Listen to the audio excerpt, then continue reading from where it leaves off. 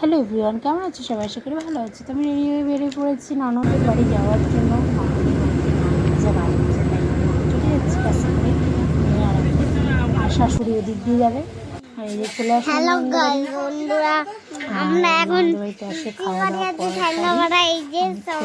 বসে গেলাম। আমি আর হচ্ছে ননদের শাশুড়ি মাহিমা সবাই মিলে বসে গেছে। আর এদিকে ননদের ননদ আর আমার শাশুড়ি মা তরকারি বানাচ্ছে।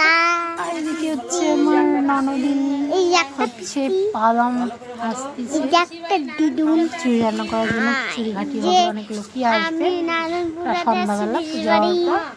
তো এই জন্য ওগুলো জোগাড় করতেছি সব। দেখো বন্ধুরা, আর ভিডিওটা করার কেউ লোক ছিল না, তাই জন্য মেয়েকে দাঁড়িয়ে দিয়েছিলাম। যেহেতু আমি কাজে ব্যস্ত ছিলাম, বাদাম ভাজতেছি। তো আমার মেয়ে ছোটো হিসেবে অনেকটাই ভিডিওটা ভালো করেছে। ছোটো বাচ্চা, এখনও তো সেরকম বুঝে না ভিডিও সম্বন্ধে। বলেছিলাম যে ভিডিওটা ধরে একটু ভিডিও করে দিই।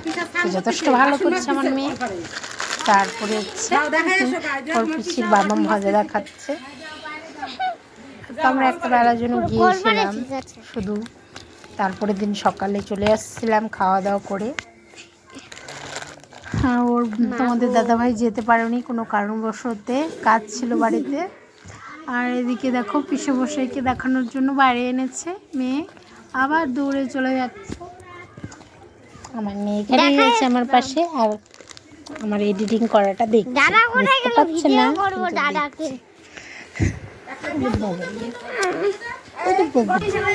এই যে পুজোর ঠাকুর চলে এসছে, এখন হচ্ছে পুজো হবে, নাম পুজো বাজছে। আর ননদ জামাই শঙ্খ বাজাচ্ছে।